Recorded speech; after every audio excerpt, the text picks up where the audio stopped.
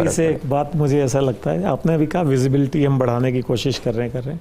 विदेशों में आमतौर पे लोग जाते हैं तो वहाँ वो कहते हैं कि वहाँ हमको कोई पुलिस वाला दिखाई नहीं,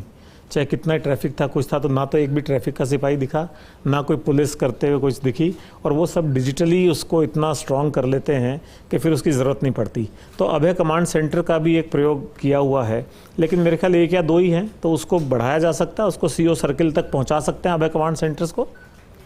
देखिए, विदेश और हमारे में फ़र्क है बहुत बड़ा, एक पॉपुलेशन का। जो हमारी जो जिस तरह की पॉपुलेशन है, जितने लोग हैं हम, तो उसमें हमारे को सिर्फ हम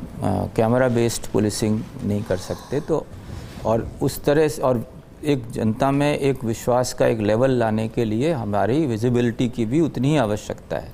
पर जो आप कह रहे हैं वो भी बहुत आवश्यक है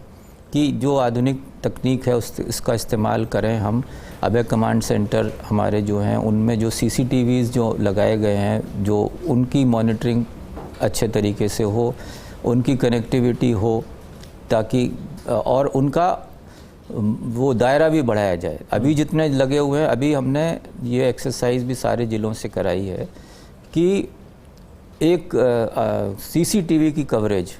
कहाँ कहाँ पे और होनी चाहिए, ख़ास तौर से जो हमारे बॉर्डर के ज़िले हैं उनमें कहाँ कहाँ पे और अतिरिक्त होनी चाहिए। शहरों में ऐसे कौन से स्थान हैं जो अभी बचे हुए हैं, तो वो हमने एक एक्सरसाइज कर ली है। और माननीय मुख्यमंत्री जी ने कुछ समय पहले एक बैठक ली थी और उसमें उन्होंने ये निर्देशित भी किया